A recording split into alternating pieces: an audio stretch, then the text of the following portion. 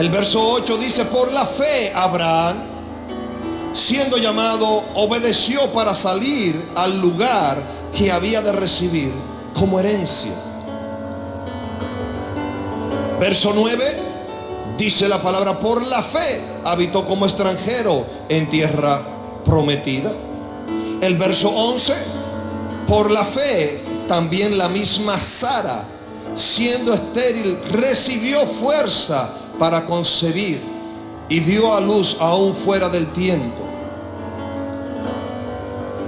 Verso 17 dice: por la fe Abraham, cuando fue probado, ofreció a Isaac. El verso 20 dice: por la fe bendijo Isaac a Jacob y Esaú. El 21 dice: por la fe Jacob, al morir, bendijo a cada uno de los hijos de José. Alguien diga: es por la fe.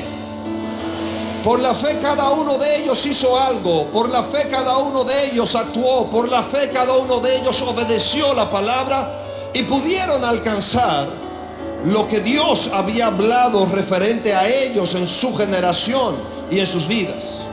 El verso 23 dice: por la fe Moisés, cuando nació, fue escondido por sus padres. El verso 24 dice: por la fe Moisés, hecho ya grande, rehusó llamarse hijo de la hija de Faraón. El verso 27 dice: por la fe, refiriéndose a Moisés, dejó a Egipto, no temiendo la ira del rey. Luego dice el verso 28: por la fe celebró la Pascua y la aspersión de la sangre.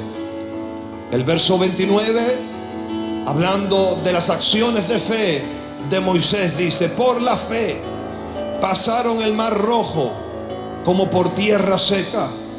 Moisés dirigiendo al pueblo de Dios, y aquí incluye a todo Israel, cuando cruzó el mar rojo. Verso 30 del mismo capítulo 11 dice: por la fe cayeron los muros de Jericó después de rodearlos 7 días. Espero que usted siga la idea y la coherencia de lo que estamos hablando en el mensaje.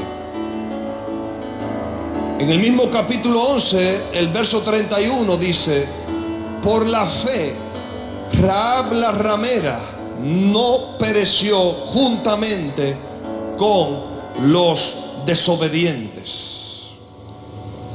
Y el verso 33 dice que por fe conquistaron reinos, hicieron justicia, alcanzaron promesas, taparon boca de leones, apagaron fuegos impetuosos, evitaron filo de espada, sacaron fuerzas de debilidad, se hicieron fuertes en batallas, pusieron en fuga ejércitos extranjeros.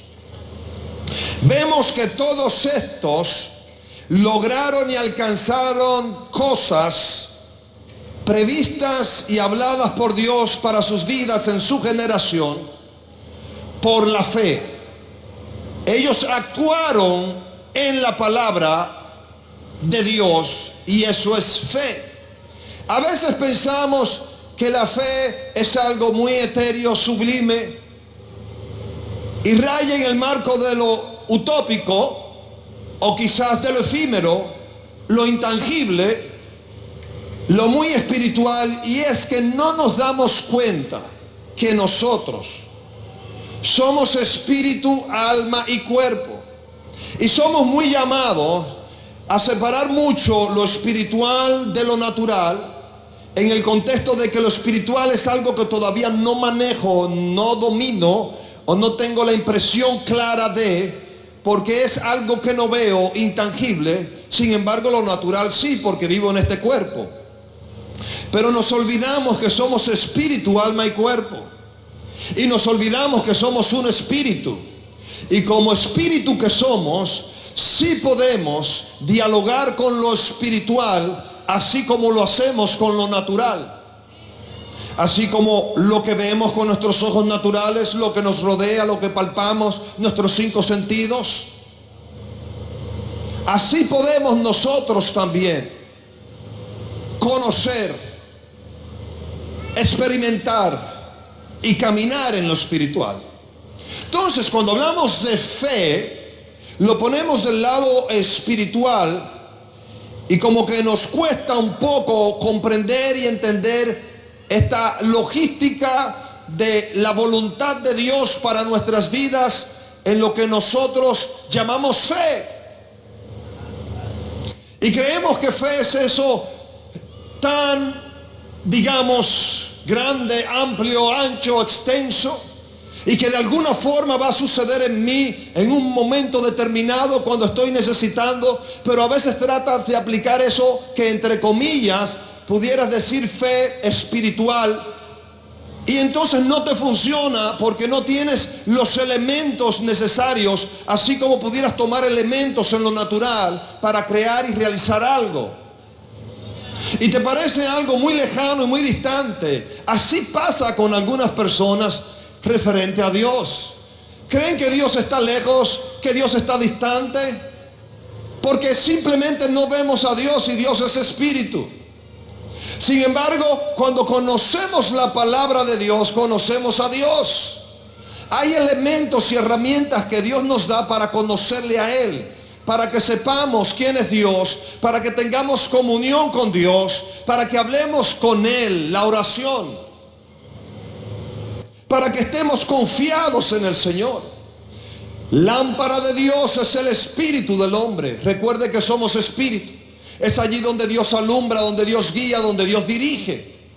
Es nuestra apertura espiritual que evidentemente cuando estábamos alejados de Dios, nuestro espíritu estaba separado de Dios y eso significa muerte espiritual. Por eso Jesús le dijo a Nicodemo, tienes que nacer de nuevo, del agua y del espíritu, el nuevo nacimiento.